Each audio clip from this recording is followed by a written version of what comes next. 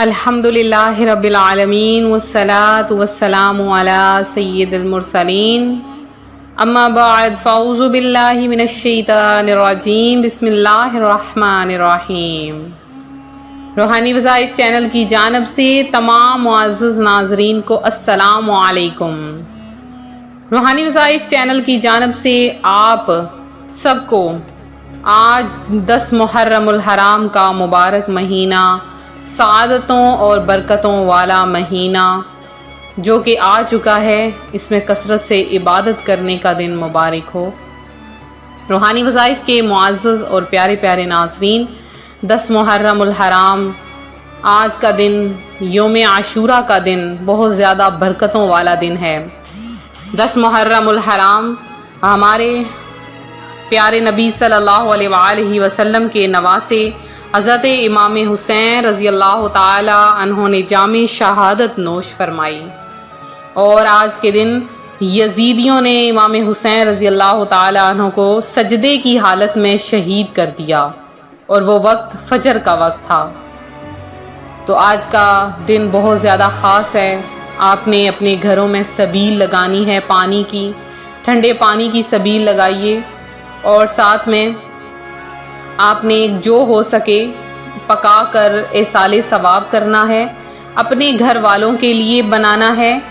اگر آپ اپنے گھر والوں کے لیے کچھ اچھا بناتے ہیں اور ان کو پیش کرتے ہیں اپنے بچوں کے لیے، تو اللہ تبارک و تعالی اس وسیع دسترخوان کرنے کی برکت سے لوگوں کا پورا سال دسترخوان وسیع کر دیتا ہے۔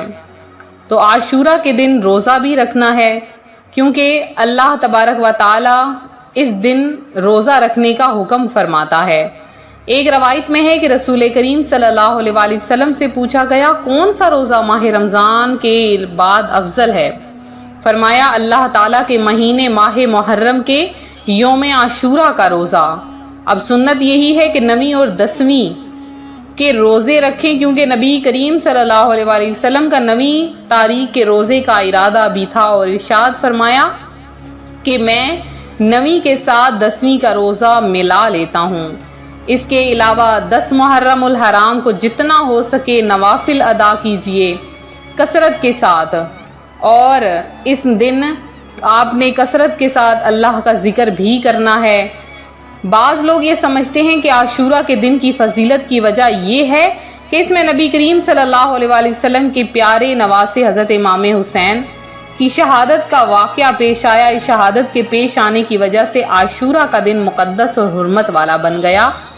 یہ بات صحیح نہیں۔ خود حضور صلی اللہ علیہ وآلہ وسلم کے عہد مبارک میں عاشورہ کا دن مقدس سمجھا جاتا تھا، اور آپ نے اس بارے میں احکام بیان فرمائے، اور قرآن کریم نے اس حرمت کا اعلان فرمایا۔ حضرت امام حسین کی شہادت کا واقعہ تو حضور صلی اللہ علیہ وآلہ وسلم کی وفات سے تقریباً 60 سال بعد پیش آیا، اور یہ مہینہ حرمت والا ہی مہینہ ہے۔ اس میں حضرت امام حسین رضی اللہ تعالی عنہ کے شہید ہونے کی وجہ سے اور بھی زیادہ اس دن کو فضیلت اور برکت حاصل ہو گئی ہے۔ تو اس دن آپ نے جو کام کرنے ہیں، وہ ایک تو آپ نے روزہ رکھنا ہے، دوسرا آپ نے کثرت کے ساتھ کلمہ طیبہ کا ذکر کرنا ہے۔ کلمہ طیبہ جتنا ہو سکے اس کا آپ ذکر کیجئے، پھر آپ کثرت کے ساتھ نوافل پڑھیے۔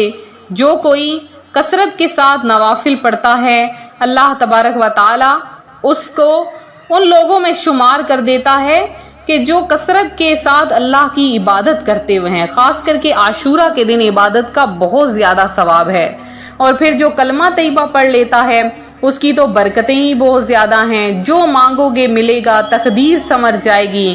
اللہ تبارک و تعالی غیب سے اس بندے کو عطا فرمانا شروع کر دیتا ہے جو کہ عاشورہ کے دن کلمہ طیبہ کا ورد کرتا ہے۔ اور اگر ان کلمات کو کوئی فقیر، حاجت مند، ضرورت مند پڑھ لے تو اللہ تبارک و تعالی اسے لاکھوں کروڑوں کا مالک بنا دیتا ہے۔